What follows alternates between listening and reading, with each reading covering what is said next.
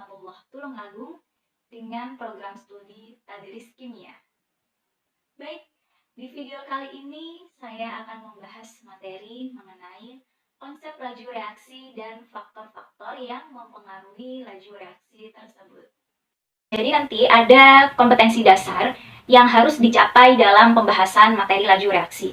Nah, yang pertama yakni menjelaskan faktor-faktor yang mempengaruhi laju reaksi dengan menggunakan teori tumbukan. Kemudian, menentukan order reaksi dan harga tetapan laju reaksi berdasarkan data percobaan. Nanti harapannya teman-teman dapat menjelaskan atau menuliskan konsep laju reaksi secara tepat. Setelah itu, dapat menghubungkan antara teori tumbukan dengan energi aktivasi. Kemudian, membandingkan faktor-faktor yang mempengaruhi laju reaksi. Selain itu, dapat menghubungkan faktor yang mempengaruhi laju reaksi berdasarkan teori tumbukan.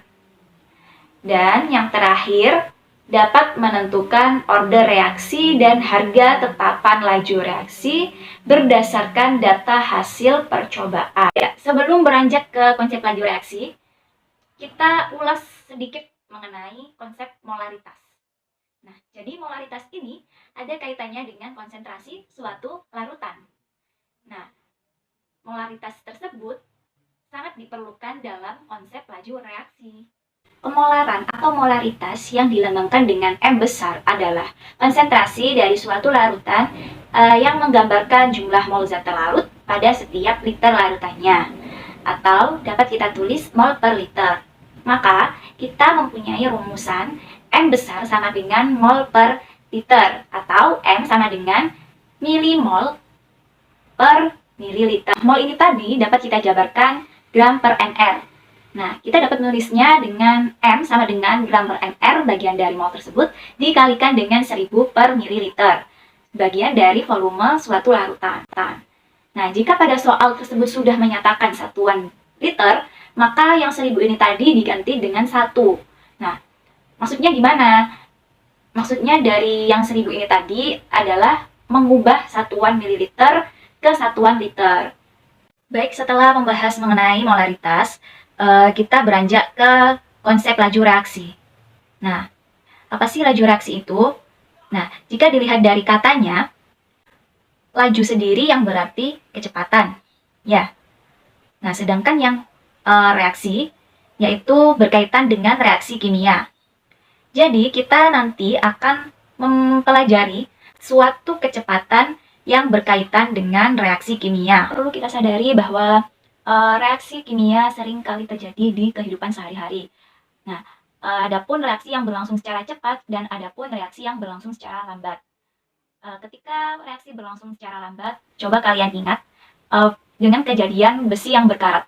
Kira-kira membutuhkan waktu berapa lama besi itu tadi mengalami perkaratan? Pasti membutuhkan waktu yang lebih lambat ya, atau lebih lama. Mungkin membutuhkan waktu berhari-hari atau berpuluh-puluh tahun, bahkan berjuta-juta tahun. Nah, maka dari itu perkaratan besi adalah termasuk peristiwa reaksi yang berlangsung secara lambat. Nah, sedangkan reaksi yang berlangsung secara cepat, coba kalian ingat, pasti kalian pernah membakar selebar kertas. Ya. Nah, coba kalian amati, ketika kertas tersebut terkena api, nah, pasti mengalami pembakaran. Dan kertas tersebut kira-kira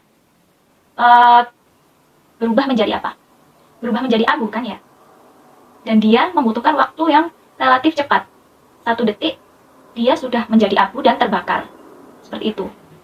Nah, jadi kalian sudah paham ya, membedakan antara reaksi yang berlangsung secara lambat dan reaksi yang berlangsung secara cepat. Ya, itu tadi sekilas peristiwa dalam kehidupan sehari-hari yang berkaitan dengan laju reaksi. Nah, kita bicara mengenai permasalahan laju reaksi menurut ilmu kimia, yakni menunjukkan bahwa perubahan konsentrasi dari zat yang terlibat dalam suatu reaksi setiap satuan waktu. Ya. Jadi, konsentrasi yang kita gunakan adalah konsentrasi molaritas. Maka dari itu kita dapat merumuskannya laju reaksi sama dengan delta konsentrasi dari suatu reaksi dibagi dengan delta waktu atau delta T. Jadi delta di sini menunjukkan perubahan, ya. Nah, di sini ada persamaan reaksi A ditambah B menjadi C ditambah D dengan koefisien PQRS. Jadi yang pada ruas kiri itu merupakan reaksi, dan pada ruas kanan yang C ditambah D itu adalah hasil reaksi. Jadi selama proses reaksi ini berlangsung, pasti mengalami perubahan dari konsentrasi. Dapat dilihat pada diagram berikut, ketika awal mengalami reaksi, zat reaksi atau reaktan dalam keadaan maksimum, sedangkan produk dalam keadaan minimum. Nah, selama berlangsungnya reaksi, produk akan semakin bertambah dan semakin banyak. Ya, sedangkan reaktan atau pereaksi konsentrasinya semakin menurun. Jelasnya kita langsung ke penerapan soal dari laju reaksi. Baik, berikut contoh soal dari penerapan laju reaksi. Nah, berdasarkan reaksi 2N2O5 yang terurai menjadi 4NO2 ditambah O2. Yang diketahui bahwa N2O5 ini berkurang dari 2 molar menjadi 0,5 molar dengan waktu 10 detik. Nah, tentukanlah yang A, laju berkurangnya N2O5, yang B, laju bertambahnya NO2, yang C, laju bertambahnya O2. Baik, kita membahas yang A dulu, laju berkurangnya N2O5. Laju berkurangnya N2O5 dilambangkan VN2O5 sama dengan min delta konsentrasi dari N2O5 dibagi dengan delta T. Mengapa ada lambang negatif? Karena di sini lajunya berkurang, maka ada lambang dari negatif ini tadi, sehingga sama dengan min perubahan konsentrasi N2O5 yaitu 2 molar dikurangi 0,5 m, kemudian dibagi dengan perubahan waktunya yaitu 10 detik, sehingga sama dengan negatif 0,15 molar per detik. Lanjut ke poin B, menentukan laju bertambahnya NO2. Nah, ini pakai perbandingan dari laju N2O5 beserta perbandingan dari koefisiennya. Koefisien dari NO2 adalah 4, sedangkan koefisien dari N2O5 adalah 2, maka dapat disederhanakan 2/1. Dan ini ada tanda positif yang menandakan bertambahnya laju dari NO2. Selanjutnya kita kalikan silang, sehingga didapatkan VNO2 sama dengan plus 2 dikali dengan VN2O5. Sehingga sama dengan plus 2 dikali 0,15 mol per detik, dan hasilnya adalah plus 0,3 mol per detik. Lanjut pada poin C, menentukan bertambahnya laju dari O2. Di sini juga menggunakan perbandingan dari laju O2 dan laju N2O5, sehingga koefisien dari O2 itu tadi adalah 1, sedangkan koefisien dari N2O5 adalah 2. Maka didapatkan plus setengah. Selanjutnya, kita kalikan silang. Yang didapatkan VO2 sama dengan plus setengah dikali VN2O5.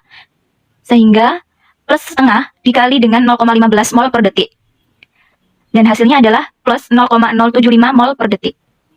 Ya, setelah membahas soal penerapan laju reaksi, kita mempelajari tentang teori laju reaksi. Nah, perlu kita garis bawahi bahwa suatu reaksi kimia terjadi secara beragam. Ada yang berlangsung secara cepat dan ada yang berlangsung secara lambat. Cepat lambatnya suatu reaksi itu dipengaruhi beberapa faktor.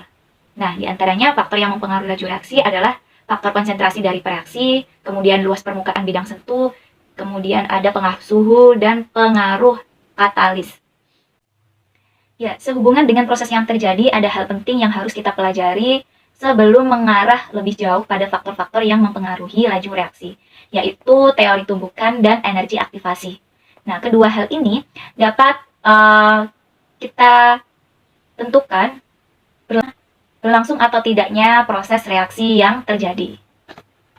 Baik, kita bahas yang teori tumbukan terlebih dahulu. Nah, apa sih yang dimaksud dengan tumbukan itu? Jadi, tumbukan adalah sebuah peristiwa tabrakan antar dua benda atau lebih yang terjadi pada saat pergerakan.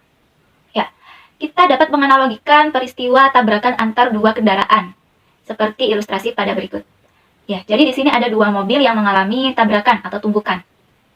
Nah, Dan contoh yang lain ada permainan kelereng.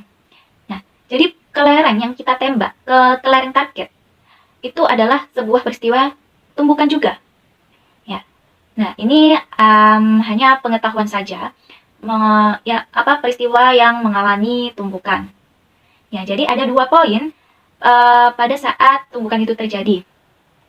Antar benda yang sama-sama bergerak, dan yang kedua adalah benda yang bergerak dan yang satunya benda itu diam. Kan dalam reaksi kimia, teori tumbukan itu ya sama-sama mengalami tabrakan. Tetapi yang dimaksud dalam tabrakan ini tuh apa? Nah, yang mengalami tabrakan ternyata partikel pereaksinya. Nah, dia kira-kira mengalami tabrakan antar partikel pereaksi itu untuk apa? Untuk menghasilkan sebuah produk atau hasil reaksi. Sekarang muncul pertanyaan, apakah setiap peristiwa tumbukan itu mengalami atau menghasilkan reaksi kimia? Jawabannya kira-kira apa? Jawabannya adalah tidak. Mengapa demikian? Perhatikan ilustrasi berikut ini. Ya, di sini ada zat bereaksi A dan B. Ketika zat A dan B ini bertabrakan atau bertumbuh, itu ada yang energinya itu belum cukup dan mereka tidak akan menghasilkan produk. Jadi mereka tidak akan menghasilkan reaksi. Ya. Nah, sedangkan ilustrasi yang berikut ini antara zat reaksi A dan B itu memiliki energi yang cukup untuk bertabrakan atau bertumbukan, dan maka dia akan menghasilkan sebuah produk. Nah, jadi dari sini dapat disimpulkan bahwa tumbukan yang bagaimana sih yang dapat menghasilkan sebuah produk? Nah, jawabannya adalah tumbukan yang efektif. Adapun syarat dari tumbukan yang efektif adalah ketika partikel A dan B mengalami tumbukan, itu dia menghasilkan energi yang cukup sehingga mereka antar partikel ini menghasilkan sebuah produk. Ya. Jadi kita dapat menyebutnya energi yang dihasilkan dari tumbukan itu tadi harus mencapai energi aktivasi. Yang dimaksud dengan energi aktivasi di sini adalah energi minimum yang diperlukan untuk berlangsungnya suatu reaksi. Nah, jadi energi aktivasi ini terbentuk saat zat kompleks teraktivasi yang berada pada puncak energi atau dalam keadaan transisi. Pada diagram tersebut menunjukkan bahwa energi aktivasi pada reaksi dengan katalis lebih rendah dibandingkan dengan energi aktivasi pada reaksi tanpa katalis. Oleh sebab itu, energi minimal yang harus tersedia agar reaksi terjadi akan lebih sedikit pada reaksi yang menggunakan katalis, sehingga reaksinya juga berlangsung lebih cepat.